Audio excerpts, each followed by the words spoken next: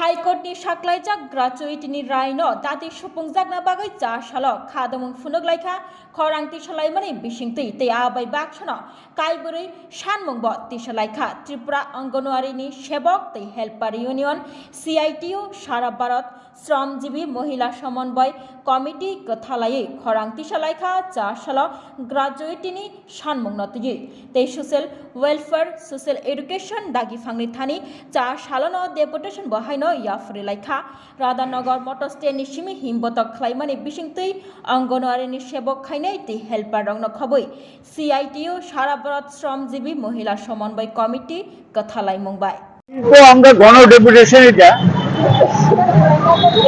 1972 সালে gratuity act pass হয়েছে।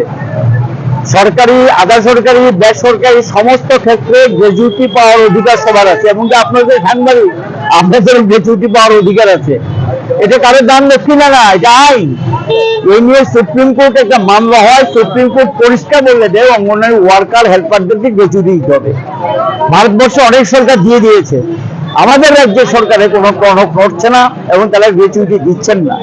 হাইকোর্টে আরেকটা মামলা করেছে কয়েকজন যে আমরা গ্র্যাচুইটি পাইনি। হাইকোর্ট নির্দেশ দিয়ে দিয়েছে যেই ডেটে তারা মামলা করেছে সেই ডেট থেকে ইন্টারেস্ট সুদ সমেত তাদের টাকা যাতে দিয়ে দেওয়া হয়। তারপরে এখনো এই টাকা দেয়নি। আমরা বলছি গ্র্যাচুইটির টাকা দিতে হবে, এই দাবিতে যাবে, আজকে দরখাস্ত দাখিল করবে তারা যে আমাদের গ্র্যাচুইটির টাকা দাও, এই একটা দাবি। ছাঁটাই হয়েছে প্রচুর অঙ্গনওয়াড়ি ওয়ার্কার, তাদেরকে পুনর্বহাল করতে হবে। মজুরি ঘোষণা করেছে, বৃদ্ধি পায়নি, এই বর্ধিত মজুরি দিতে হবে। ভারতবর্ষ অন্য রাজ্যে যে হারে মজুরি পায় এ রাজ্যে যাতে মজুরি দেয়, এটাও দাবির মধ্যে দেখা হয়েছে। অঙ্গনওয়াড়ি কেন্দ্রে যে খাওয়া দেওয়া হয় এটা অনেক অঙ্গনওয়াড়ি ওয়ার্কার তার নিজস্ব টাকা খরচ করে দিয়েছেন, এই টাকা দেবেন বলেছেন, এই টাকা কিন্তু দেননি। পুজোর সময় এক্সট্রা টাকা দেবেন বলেছেন, দেননি। কোভিডের সময় কাজ করিয়েছে, পয়সা দেয়নি, ঘোষণা করেছে, পয়সা দেয়নি। এবং এরা কর্মক্ষেত্রে মানসিক নির্যাতনের শিকার হচ্ছে, কাজ করার পরিবেশ নেই, এদের উপর অত্যাচার হচ্ছে, মা বোনের উপর সম্মান মর্যাদা ইত্যাদি দিচ্ছেন না এবং যা খুশি তা করছেন। এখানে মন্ডলের রাজত্ব চলছে, মন্ডলের নির্দেশে সব করতে হবে। এ কেমন কথা? এরা মহিলা, এরা কাজ করে সমাজের সমস্ত কাজ তাদেরকে দিয়ে করায়। সরকারি যখনই কোনো কাজের দরকার লাগে শুধু অঙ্গনওয়াড়ি না সব কাজ করায়, কিন্তু পয়সা দেয় না এবং মাসে আনতে তারা ঠিক মতো টাকাটাও পায় না এবং কিছু বলতে গেলে ছাঁটাই, কিছু বলতে গেলে ছাঁটাই। হাইকোর্টও বলে দিয়েছে ছাঁটাই করা যাবে না এবং হাইকোর্টের নির্দেশে 48 জন পুনর্বহাল হয়েছে হাইকোর্টের নির্দেশে, তারপরে তারা কিন্তু করছে। এই যে প্রশাসনে অঙ্গনওয়াড়ি ওয়ার্কার কমিটির বিরুদ্ধে যে যুদ্ধ ঘোষণা, এটার বিরুদ্ধে প্রতিবাদ জানার জন্য সারা রাজ্যের অঙ্গনওয়াড়ি ওয়ার্কার হেল্পার যারা রিটায়ারমেন্টে গেছেন তারাও এসছেন, যারা কাজ করেন তারাও এসছেন। তাদের এই দাবিগুলো নিয়ে আমরা আজকে সমাজ কল্যাণ সমাজ শিক্ষা দপ্তরের অধিকর্তার কাছে যাচ্ছি। হয় পূরণ করবে, নতুবা আমরা আমাদের রাস্তায় থাকবো এবং আন্দোলন গড়ে তুলবো, এটা আমাদের সিদ্ধান্ত। পরে 1975 সাল থেকে আমাদের রাজ্যে অঙ্গনওয়াড়ি প্রজেক্ট শুরু হয়।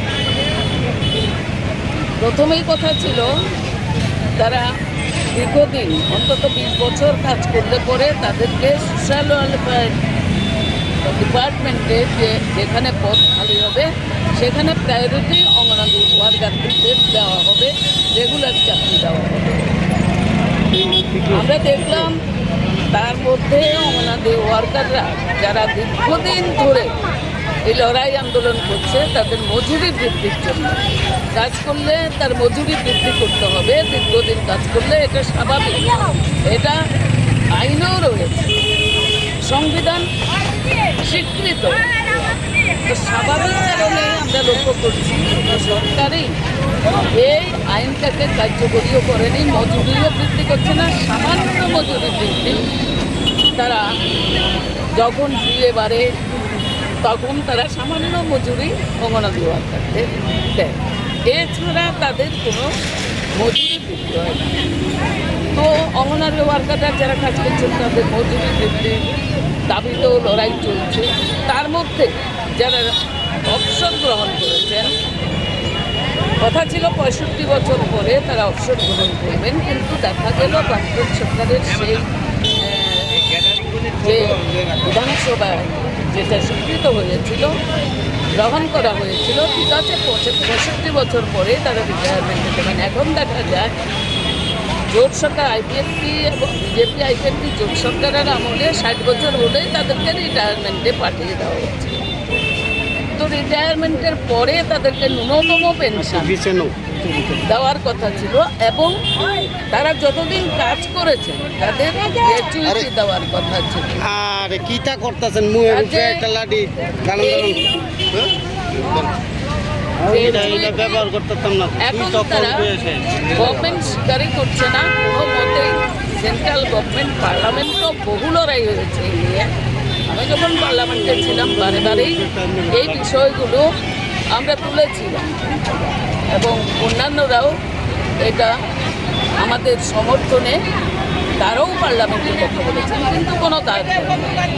তার মধ্যে 18 জন ওয়ার্কার এবং 2 জন হেল্পার মিলে হাইকোর্টে আমাদের রাজ্যে কেস যে আমাদের গ্র্যাচুইটির দাবিতে কেস করা হয় এবং হাইকোর্ট আপনারা জানেন গত কিছুদিন আগে হাইকোর্ট অঙ্গনাদি ওয়ার্কারদের পক্ষে তাদের এই দাবির পক্ষে রায় দেয়। তো এই রায়কেও কার্যকরী করছেন।